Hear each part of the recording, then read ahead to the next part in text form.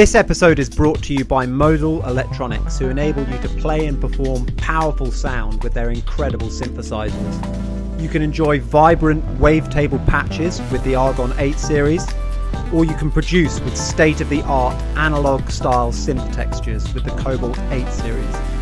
To check out Modal Electronics' incredible array of synthesizers, go to modalelectronics.com. Modal Electronics. Dare to sound different. I was at school at the time, and my brother Eddie was in a band, quite an established band at the time called Chance. And I went to see them. He took me to see them perform. And right from that moment, I thought, this is the life for me. This is what I want to do. And so basically, Dave and I actually formed a group of sorts while we were still at school. Wow. And a bit of trivia, I'm not sure whether it's a misconception, but for those listeners who don't know, is it true that the Chants are the only band to ever be backed by the Beatles, or is that a misconception? What's the story there? I can't really tell you that much about the Chants, because obviously they were Eddie's band and they were quite a long time before me, but yeah, the Beatles did back them. But only because they loved them so much, you know. The Chants went down to the Cavern one day because they met the Beatles at a Little Richard concert, and they told them that we've got this doo-wop group together, you know. And so the Beatles said to them, why don't you come down to the Cavern and let's have a listen? So Eddie and the rest of the guys went down to the Cavern, and they were blown away by the sound. Because we were probably one of the only black sort of vocal groups around in England at the time. And as the Beatles were very much into like Motown and all that stuff, they invited them to come down that evening to the Cavern and do a spot. And they actually, because they knew all the songs, all the sort of the doo-wop songs and that they were doing, they backed them, you know. And it became quite a regular thing. The Beatles would tuck them under the wing.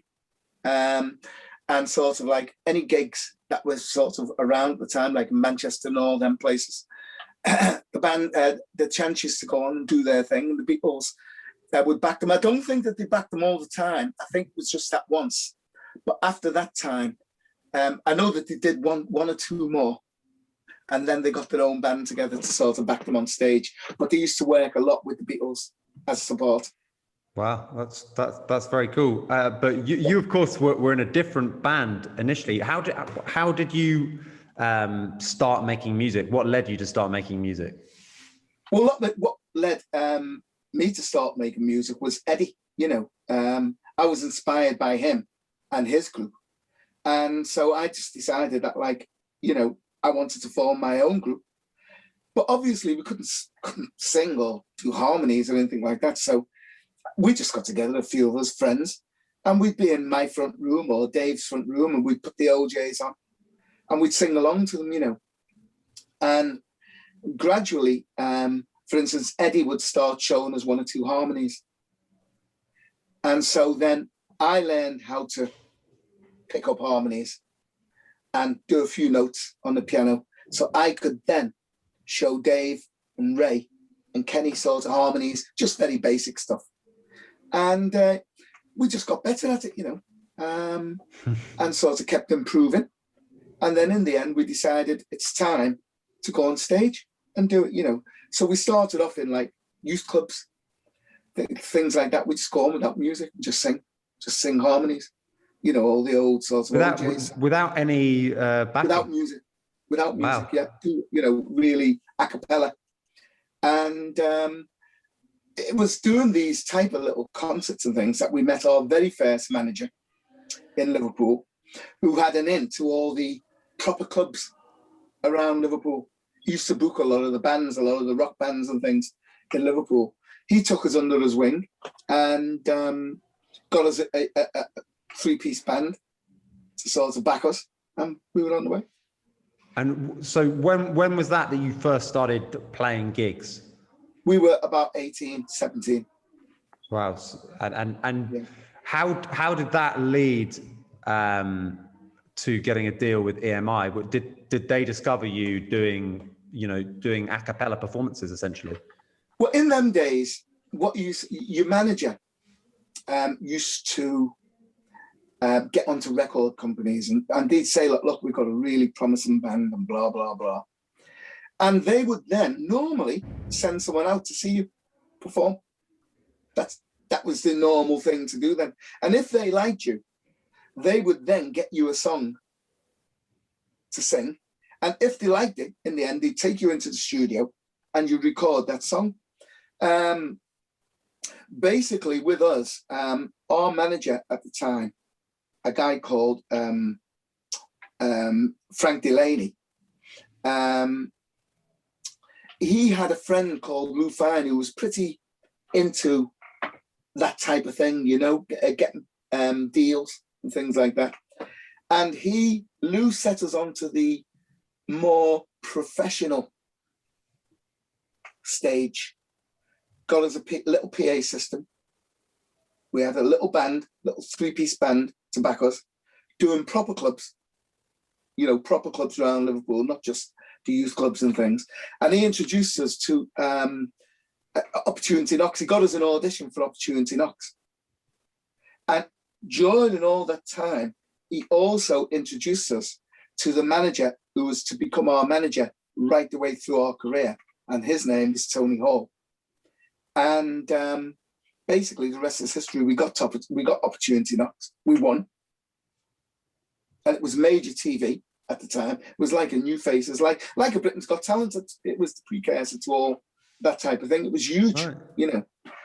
And we won it. And we got a record deal because of it. Eddie was into writing songs and because he'd already written songs for the chance. So we recorded a song. Our first song was called Vicious Circle, which he wrote. And then we did another one called Plastic Man. And that actually got into the lower part of the charts. So basically we're on our way. How did it feel at that point? Were you really kind of in great spirits thinking we're on our way, or had it been quite a long time of trying to get to the level of success? Well, for the start, it's never a long time when you're young. Yeah, that's true. Right? It's never a long time when you're young. And to be quite honest with you, we were just buzzing with the fact that we were actually able, because when we won Opportunity Knocks, it opens up the whole country to. So you're working throughout the whole country. Yeah. So you then become professional. So that was the buzz. The buzz was actually performing live, and the records were secondary to us. They were secondary, obviously to our manager Tony Hall, who was huge in this country for black music. It was a different matter. But for us, all he was interested in us doing was improving ourselves. He made sure that I got into writing songs with Eddie, so we became a partnership. And he also made sure that the majority of songs that we recorded were original songs that we'd written, which you could do then. It was a different world,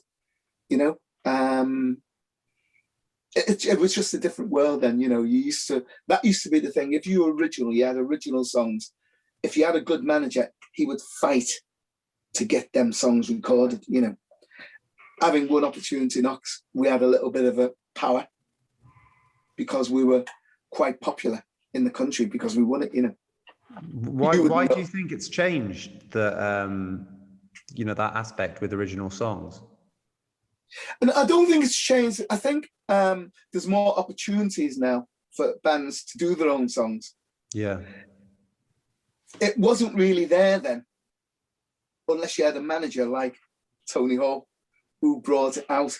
But I think in a lot of cases now, and I'm not talking about the real serious bands now, what you find a lot of companies do now is put writers together with the new bands that they've got.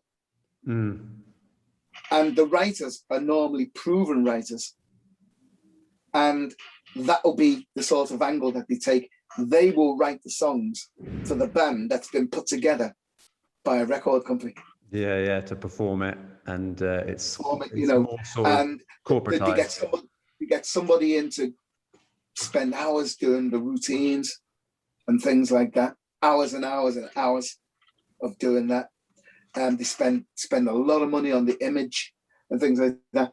All it was with us, they used to come and see us. If they liked what they saw, if they got excited by what they saw, they'd take you on. But you looked after your own image. You look basically, provided you have a manager like what we had, you're in control of what you record and how you record. And then it's up to the company to say, oh, no, I don't like that. We're not releasing that. So you still got the same battle, but at least you're a little bit in control as to which way you want your career to go. We were in complete control as to the type of music and where we thought we should be in that. Yeah. You understand what I'm saying when I say that? We could decide our own direction. Well, if you were in the driving seat, it was a very good direction, because I mean, you know, your first album for a start, you know, it's one of, in my mind, it's one of the best albums of the 70s, you know, of all time. You know, it's fantastic. That's fantastic. Thank you.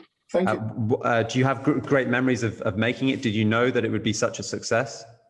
Okay, can I ask you, are you talking about the 4 from 8 album? I'm talking about the self-titled, The Real Thing. Real Thing. Okay. By that time, we were writing properly. We were serious writers by the time we come to that. And our manager, also, we had our own band who played on that. And they were great music. These are guys who played with Marvin Gaye and people. Wow. When he came over here, you know, these were the B's and E's, and they've been with us a long time. They were young like we were. But when Al Giro came over, our drummer backed him. So that's how good they were. Unbelievable, okay? Yeah. The bass player who was on the album, who produced the album, was a guy called Jerome Rimson, and he used to be with a band called Automatic Man, and they had Purdy in their ranks. So you know, like I say, our manager was the top guy over here for black music, R&B. He was the number one, and it worked in one way, and it didn't, because Tony wasn't one of these guys who just looked at the commercial aspect of things. He was more into how good is it, the credibility of it, how good is this song. You know, the only other guy I used to manage was a guy called Paul Buckmaster, who used to work with Miles, used to do all Miles Davis's arrangements, okay? So basically that was our manager. He only managed us and him. Paul Buckmaster, yeah, he did the Elton John album as well. Absolutely, and he did strings and that for us on Children of the Ghetto and things like that. So, you know, it was serious, you know. So the good thing about Tony was he brought out our originality. He made sure that on record, our originality came first, because he knew that in time it would pay dividends for the credibility of the group, as opposed to just getting a pop writer, which he could have done, who had hits, bring them in straight away, getting us a couple of hits, and then off you go. You know. Now, in the end, we had to turn to a great writer who wrote You to Me or Everything, and Can't Get By Without You. But by then, we were an established band, so it worked both ways. We were good for the writer, and we had a name, and the writer was a fantastic writer, Ken Gold and Mickey Dent. So they were fantastic for us. But understand that that's all great, getting a writer, but you've still got to have depth. Yeah. And because Tony had always assured that we brought and kept on being original and sort of going in the right direction, it meant that when we had You To Me or Everything, we had a good sort of idea, and we were good enough to sort of carry it with our own songs as well, like Can You Feel the Force and things like that.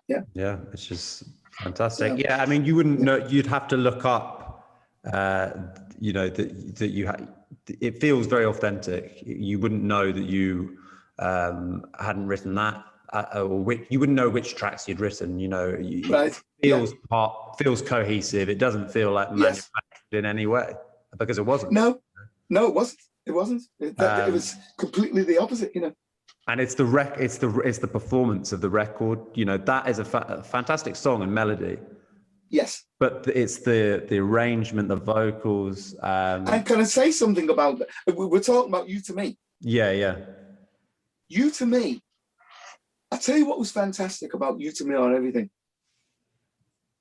It was Ken's first production, the guy who wrote it. So everything was new. Everything was new. When we come together, it wasn't like as though he'd been writing hit records for every Tom, Dick and Harry, and it wasn't as though we'd had loads of hit records and things like that. We were coming together as one, and it was two forces meeting, because we were very, very definite on what we wanted to do with our vocals and things. And Ken was very definite as to which way he wanted his song to go. And the compromise that we reached was magic. And I think it comes out even when Ken produced our songs, like Can You Feel the Force, and Raining Through My Sunshine and all them. It comes out that we work very, very well together, you know. Yeah, I mean, I think Raining Through My Sunshine is my favorite one. But I mean, obviously, you know, You To Me Are Everything is classic. It's a classic. I mean, did you know when you were recording it, you know, this is not only is this going to be a hit single, but this is, you know, this is going to be a song in 50 years. No, we didn't know. Well, the first time I heard it, I just couldn't believe it. You know, it's one of the best records of all time, I think. Yeah. I was in our manager's office when Ken brought it in. And I knew that there was something there. I knew that we're onto something here, and Tony knew, because before I left the office, we had it signed, sealed, delivered, and the recording date done. The recording date for when we were going to go into record it the next week. So there was no way we were leaving that office without that song. That's number one. I actually thought the demo was better than what we did on the first attempt with it. And I always remember, because I had a very definite way that I like to put my leads down. And quite frankly, I was way off base. Way off base. I had no idea, man. Because Ken phoned up the day after I went into the lead vocal. Ken called our manager, Tony Hall, and said, look, he says, I've heard a lot of Chris and Eddie's demos, and I know he can sing much better than that. It's not right, Tony. Well, when Tony told me, I freaked, you know, who does he think he is, blah, blah, blah. Yeah, it's horrible. But anyway, Tony being Tony, said, look, let's do it Ken's way, and, you know, let's just see what happens. So we went back in, cleared the air, and by the time we come out the studio, we knew he was right. Yeah, we knew he was right, you know. Classic. We knew he was right about the way I sung it, because basically, what he actually got me doing was 10 times better than what I'd done the day before. It's painful though, isn't it? You know, when you get that type of advice. It brought out. Well, it's an experience. It's an experience, you see. We'd been used to working a certain way, which worked for our songs.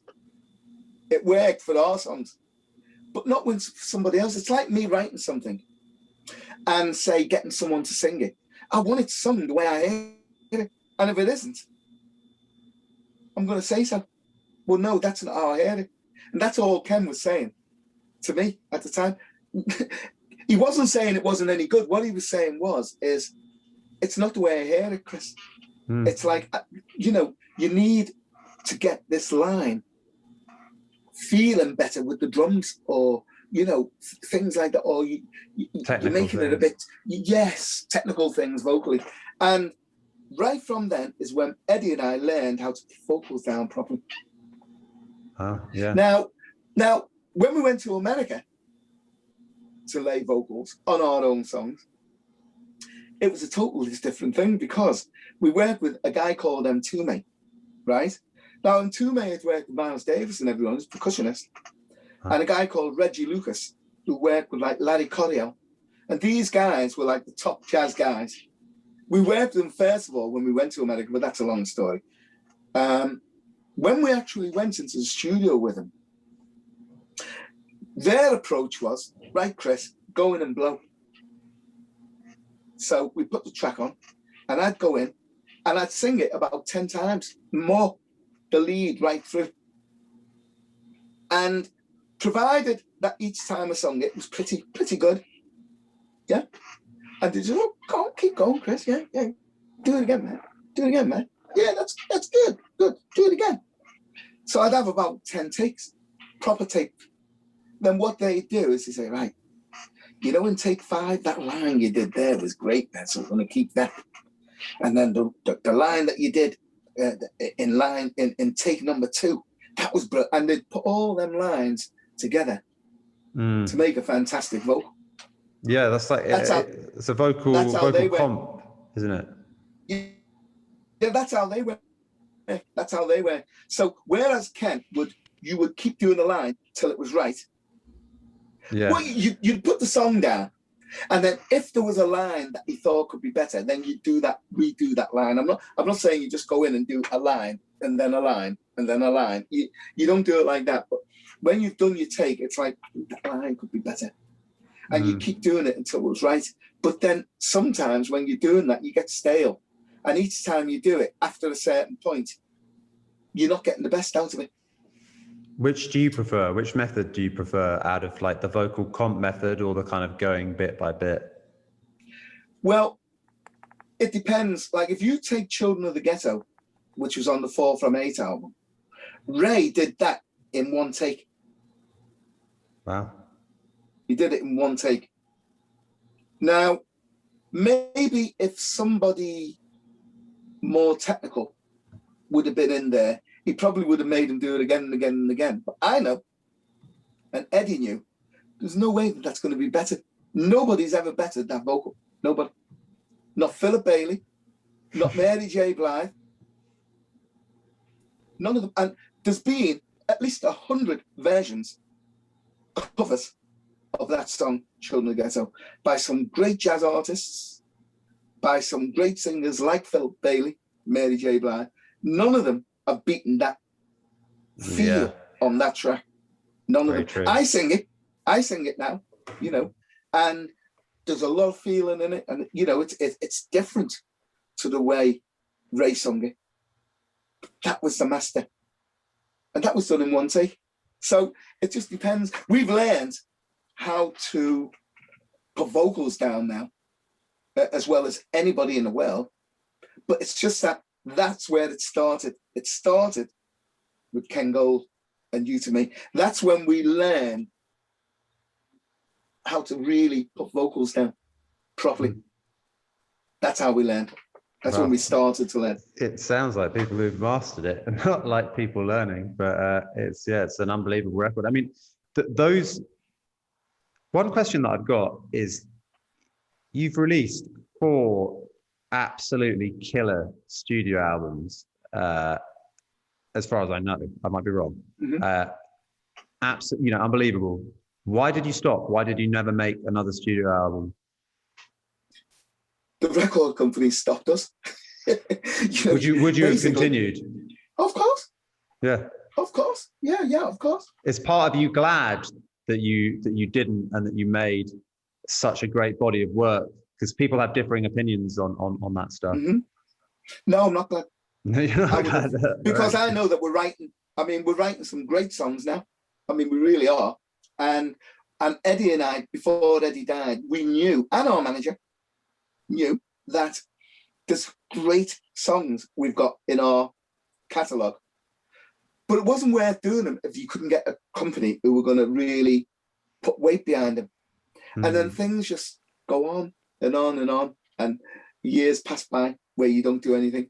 But the thing is, it depends on the person. It doesn't bother me, especially now, because you've got a platform where you don't need a record company to record songs. We can do it at home. I do it at home now with our band. Yeah. I can produce what I want. I can write what I want. I can get it sounding the way I want. And when the time is right, we'll introduce it to our record company. And if they like it, they'll put it out. If they don't, they won't. It's that simple. But it's not easy when you get to the stage in your career where we're at, because especially over there, it's all down to youth. That's basically what they see. So, and it's not just us, it's everyone. You know, Sting, everyone, basically. For us to get product out, you have to do it yourself. Yeah, yeah. You have to present the company with something that's, look, this is done. The hard work's done. Are you going to give it an outlet? If not, there's always Spotify and all that. You know, yeah. But you know, at least now we can get our product heard and it's not sitting on the shelf. Yeah, and that's only it was so different back then. Yeah, but that's only in the last 3 years that I have really gotten into that. And now you will see a difference in Real Thing in the next year or two. You will see a big difference in them. Mainly because the film that we did, our film, everything, has brought things like 4 from 8 and everything. Things that were a little bit heavy for back then are now quite acceptable. And people don't realise until they hear it that, oh, that's Real Thing. Oh, we only knew them for You to Me or everything. But hang on, this album is, you know, and so basically the film will have brought underrated things, right? It will have brought underrated. The film will have helped bring, you know, underrated thought albums to an audience that maybe, you know, only knew you from, you know, that's right. For me being on constant radio rotation, but actually it's the full album. I couldn't believe Raining Through My Sunshine when I heard it a few years ago. It's just beautiful song. All of the albums. It's so. What was it like having the film come out? Unbelievable. The guy who produced and got it all together, a guy called Simon Sheridan, we owe him hugely because basically he saw that the Real Thing didn't get the due. And he also saw that in a lot of cases we've been airbrushed out, because whenever a lot of people were talking about black music, especially over here, we virtually didn't get a mention, basically. And his films changed all that. It's completely changed all that, you know. And it's such a fantastic milestone. It's probably the biggest thing that's happened to the Real Thing since the first big hit record. Yeah, I mean, that makes a lot of sense. I can't express to you how important a document it is for the group. And that is purely down to that guy, Simon Sheridan, you know. Was he a huge fan? Is that why you made the documentary? He was a fan, yeah. And it was all his idea, his own money and everything. He came in one day and put the idea to us. He really hit it off with my brother Eddie at the time. And when he got us all on board, everything else it just worked out fantastic, you know. And it's a masterpiece, I think, from him. It really is. He's brought things into the film that even we weren't aware. You know, it's weird. Things that we've forgotten, I mean. You know? How long did it take to make? 3 years. Oh. And so do you think, has that kind of paved the way maybe for you to release some new stuff? Absolutely. Absolutely. I mean, look, the record company did a fantastic best of album, which was unlike a best of album because it's got 31 tracks on, and some of the, most of the tracks are classic.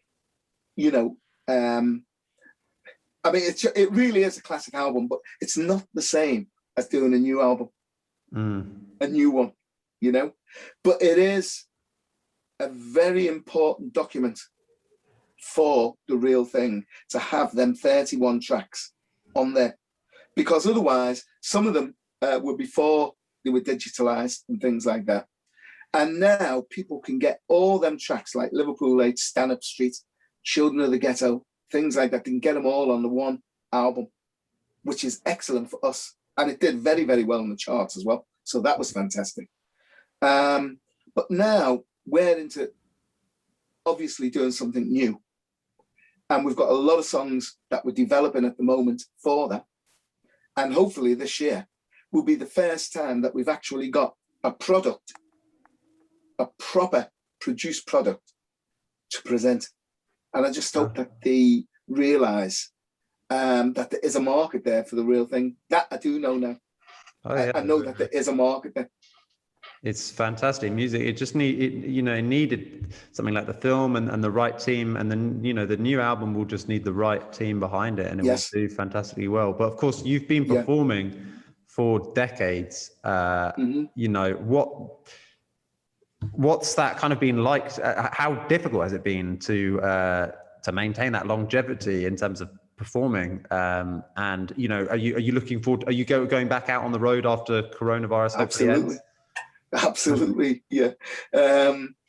It's not hard for us to maintain it because it's something we've always loved doing. That.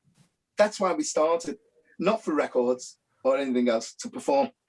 We were brought up performing. We were brought up. The biggest thing that was important to us was conquering an audience. Go in there and kill that audience. And everything was based on doing things that were going to get the audience. So we've never had difficulties. We've worked with Chic. We've worked with everyone. We never have a problem. We never have a problem. You to me can't get by and feel the force in that. Of course, they will always be part of our stage show.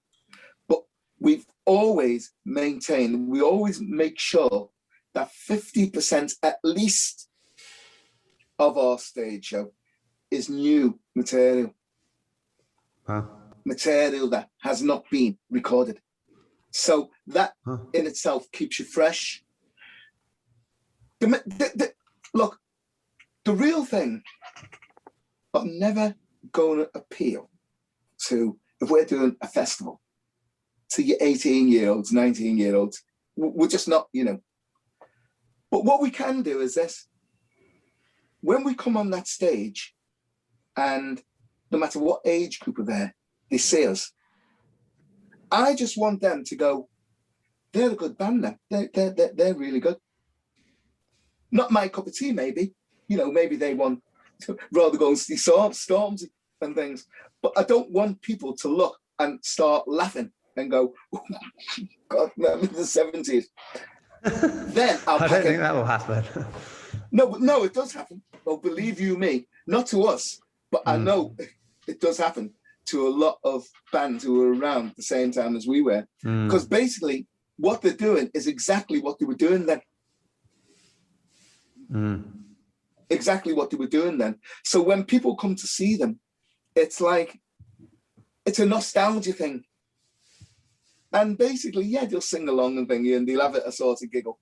But don't get me wrong, I'm not saying that's a bad thing. But what I'm saying is, that's not what I want for us. What I want is when people come to see us and they hear us doing something like Children of the Ghetto, I want them to be surprised that, well, hang on, I didn't bargain for this, hang on.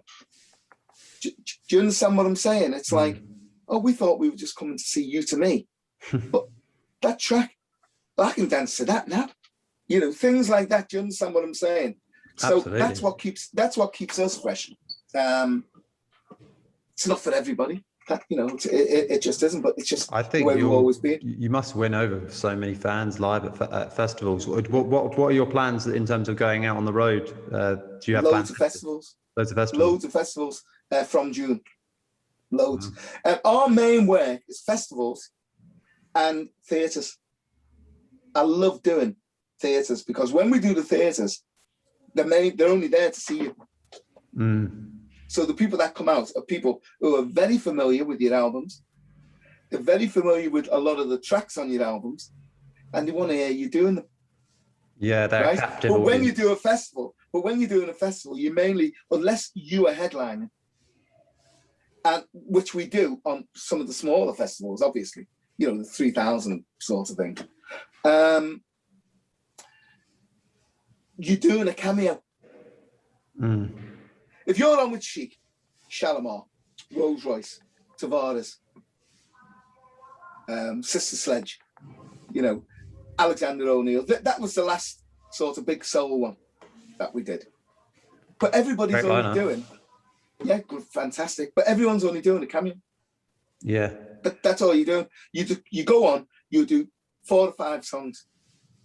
And then Rolls Royce will come on and they'll do 4 or 5 of their hits. Then blah, blah, blah will come on. And then Chic will come on in the end and do a little bit longer, maybe. They may do. Whereas we'll do, say, 20 minutes, all the ends. They'll probably come on and do 40 minutes. But it's still a cameo. Yeah. It's still a cameo. But when we do our theatres, it's like an evening with Real Thing. And we'll do like an hour and 40 minutes. Well, yeah, it's so much better when you get the proper gig, the proper artistry that you want to deliver.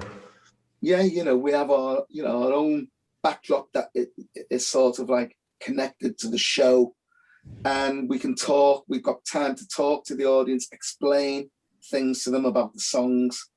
We can do songs. It doesn't all have to be up dancing and things like that. You know, people can sit down. They can listen to more ballads. Yeah. You know, which I like to do. It's good to have the variety.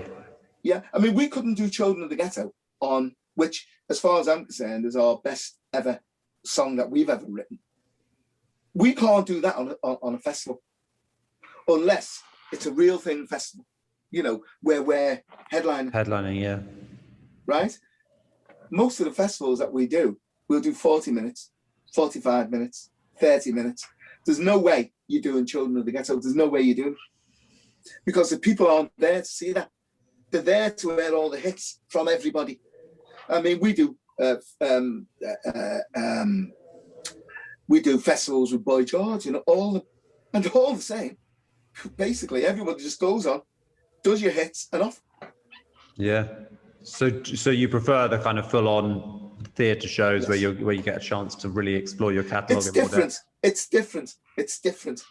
On a nice sunny afternoon, and that you get on the theatre and there's 10, 12, 15,000 people there, it's a different vibe. Yeah, I bet you go down so well as well, you know, with how melodic the hits are. Well, we do, because you can't beat them hits, can you? Yeah. I mean, we can go on with Chic, we can go on with Rolls Royce, we can go on with anybody, but ain't nobody going down better than You To Me and Everything. Can't get by without you. And Can You Feel the Force? Well, they're just not, are they? They're better records, in my opinion. Yeah, but even compared to some of the Stone Cold classics that they've got. The classics. Yeah. The classics. So you know that you're going to go on, and no matter who you're on with, you're going to hold your own, aren't you? Yeah, singing absolutely. them 3 songs. Yeah, you know? Definitely. So it's a different vibe. It's fantastic, and everybody's having a good time because, wow, yeah, I remember You To Me. Oh, can't get by without, you know, all that singing along, and it's great. When you do theatres, you calm down a bit, you know, get your really heavy sort of dance things going, that they all get up out the seats and have a dance soon, then have a drink of water, get into Children of the Ghetto, explain what it's about and things like that. Let the band do the solos and nice keyboard solo, nice sax solo, guitar, you know, things like that. Things that you don't have time to do when you're doing the theatres, you know. So, yeah. And I think that's why we've maintained a level so long, because we've been able to drag ourselves from just doing discos and clubs into a wider field. And that keeps you fresh, you know, it keeps you great. I mean, I love it on a lovely sunny afternoon, doing a Rewind concert or something, and there's 20,000 people there. Oh, yeah. Must be amazing. You know, it's great. And so you have also, I mean, the real thing is the major focus of this podcast, because you, in my mind, are one of the best bands to come out of Britain, and indeed, you know, the whole of the 70s and all time. So thank you so much for joining us. But to finish off, you've chosen 5 records. That, I mean, how would you characterize these? Would they be favorite songs, or would they be among your favorites? They have songs. You've got to have both. When I listen to something, because I've been doing it so long, and it's got to have all the elements on before I can really get into it. For instance, the Dwelle track. Not only is Dwelle, does he sort of strike a chord with me musically, he can sing. He's a great singer. Fantastic singer. I love the production. I love the fact that it's not mainstream. So that's why I picked the Dwelle one. The Marcus Miller one, for instance, he's my favorite bass player. Him and Stanley Clarke, they're the bass players that I listen to. Yeah, fantastic. You know, and it was fantastic to hear someone like Stanley Clarke on stage playing a song that I'd written. You know, so it's like there's a connection. Which song was that? Children of the Ghetto. Children of the Ghetto. Stanley Clarke did that. Wow. Philip Bailey did it, and Stanley Clarke and George. Yeah, I know the Philip Bailey. Were sort of were backing him, because basically they came over to do a tour, and it was the George Duke, Stanley Clarke project, and supporting them was Philip Bailey.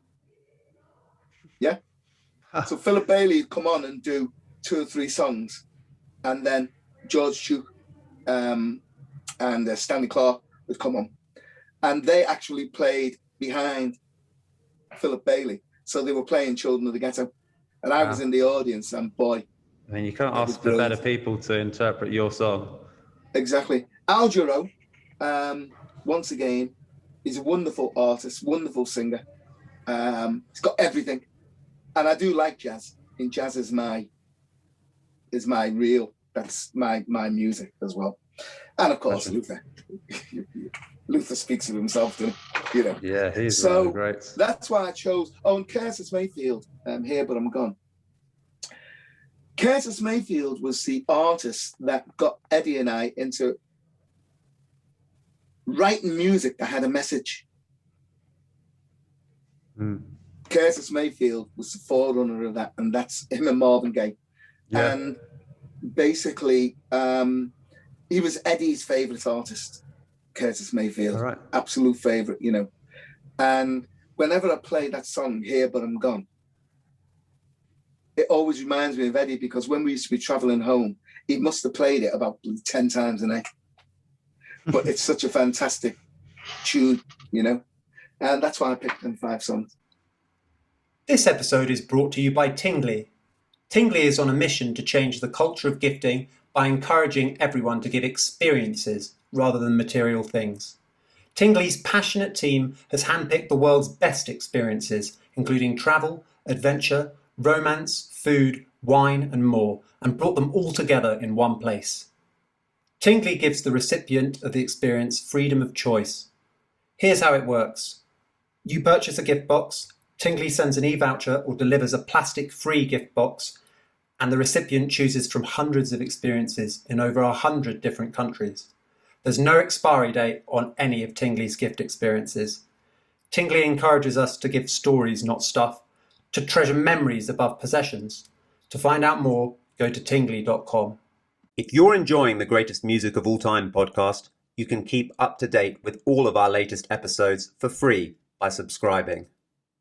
If you're watching on YouTube, the subscribe button is located at the top of the Tom Cridland YouTube page. It's also at the bottom right of any video that you watch on YouTube. If you're listening on an audio platform, such as Spotify or Apple Podcasts, you can subscribe at the top of the page.